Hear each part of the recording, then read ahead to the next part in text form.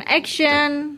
Oke, berikut adalah culture booster untuk week keempat dari divisi hilirisasi dan ini mengangkat tema mengenai Jepang, antara tradisi, budaya dan modernisasi. Oke, next, Mas Fadil. Nah, sebenarnya ada sorry-nya harusnya, tapi nggak apa-apa. Lifestyle, nah kehidupan, harmoni, tradisi dan modernitas. Kita tahu Jepang itu seperti apa sih? Mereka memiliki gaya hidup. Pertama, kota metropolitan yang sangat sibuk namun efisien, kehidupan masyarakat sehari-hari secara disiplin dan sistematis, keindahan kota, kebersihan, kemajuan infrastruktur, tapi tetap menonjolkan sistem tradisional, tradisi luhur tetap dijaga, dan gaya hidup modern dijalani tanpa menghilangkan nilai-nilai adat. Dapat dilihat di festival tradisional. Nah, etika, disiplin dan etika. Nah, Jepang ini memiliki beberapa etika yang sudah kita kenal ya secara menyeluruh. Pertama, tepat waktu, tertib mengantri, menjaga ketenangan dan membuang sampah pada tempatnya. Nah, dari zaman dahulu kala kita sudah kenal istilah harakiri, yaitu tradisi bunuh diri kehormatan sebagai salah satu bentuk kehormatan, sebagai bentuk pertanggungjawaban dan menjaga kehormatan ketika gagal melakukan tugas atau menanggung aib. Ada lagi tradisi Jishuku, yaitu mengundurkan diri secara sukarela sebagai merupakan kesalahan atau rasa hormat kepada publik atau pihak yang dirugikan. Ini terjadi kalau harakiri kita dengar biasa ketika lagi perang samurai. Terus kemudian juga untuk yang Jishuku juga ketika pejabat itu merasa merugikan masyarakat, ya melakukan pengunduran diri secara terhormat gitu kan. Nah, makanan, nah ini kita tahu nih makanan Jepang seperti apa nih. Jepang itu memberikan menyeimbangkan ya, hidangan bernutrisi dan komposisi yang seimbang. Mereka juga membawa makanan buatan rumah atau bento ke tempat kerja atau tempat sekolah adalah hal yang biasa. Kebiasaan makan dan berjalan ini kurang pantas. Sementara kita kan sering tuh beli cilok atau beli telur gulung makan sambil jalan. Sebenarnya itu kurang pantas di Jepang, tapi ya bukan di Indonesia. Chonoyu atau upacara disajikan dengan minum teh seperti matcha, ocha diadakan setiap awal tahun, musim semi dan musim gugur. Untuk menjaminkan apa? Kesederhanaan, keharmonisan, dan penghargaan terhadap momen saat itu. Oke, mobilitas transportasi di Jepang. Nah, ini kereta peluru pertama di dunia dan paling cepat di dunia sampai saat ini ya.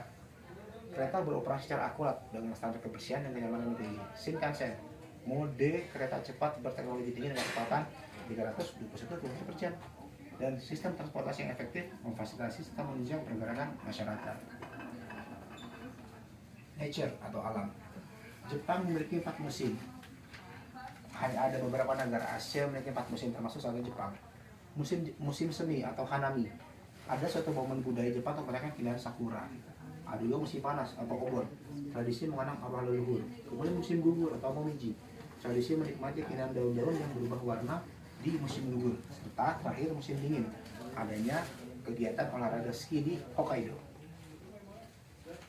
Nah, apa sih sekarang yang bisa kita angkat dari konsep budaya Jepang, culture Jepang kepada perilaku atau keseharian kita di perusahaan ini? Kalau kita kaitkan dengan pilar ESG, terutama pilar lingkungan atau environmental, konsep budaya dari Jepang adalah seiri, seiton, seiso, shiketsu, shitsuke. Ini ada huruf Kanagawanya ya, mungkin bisa dipelajari. Saya udah belajar sedikit tapi saya udah lupa. Nah, filosofinya apa nih dari konsep budaya ini? Pertama, kedisiplinan, efisiensi dan kebersihan. Dan ringkas, rapi, resik, rawat dan rajin. Sebenarnya ini dari bahasa Jawa ya. Ringkas, rapi, resik, rawat dan rajin ini. Nah, implementasinya apa nih dari filosofi ini? Mendukung ekonomi sirkular, mengurangi emisi karbon dan mengefisiensi penggunaan energi. Manfaat sosial atau sanpoyoshi. Ini adalah kepuasan 3 arah. Jadi antara penjual, pembeli dan masyarakat. Apa nih implementasinya? Dapat menjalin kerjasama yang berkesinambungan antara stakeholder untuk meningkatkan nilai tambah.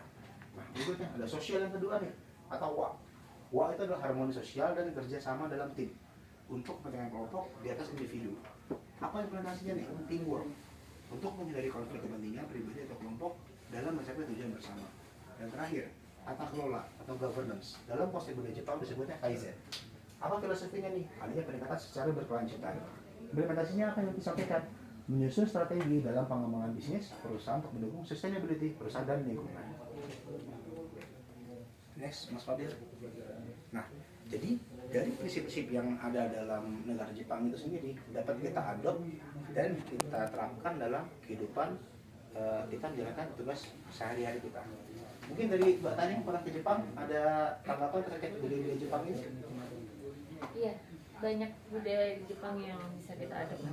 Salah satunya yaitu disiplinnya orang-orang di sana, dari cara mereka mengantri segala macam itu kita memang harus Ya, apa? sabar. Contoh ya. Contoh. Iya, harus diperlakukan juga di sini juga, disiplin kerja, disiplin waktu, contohnya. Berarti itu mesti diterapkan dari kita dulu pertama kan, baru pada lingkungan kita. Oke, baik. Terima kasih. Arigato, saya Mas Tak. Arigato. Terima kasih. Arigato. Ya,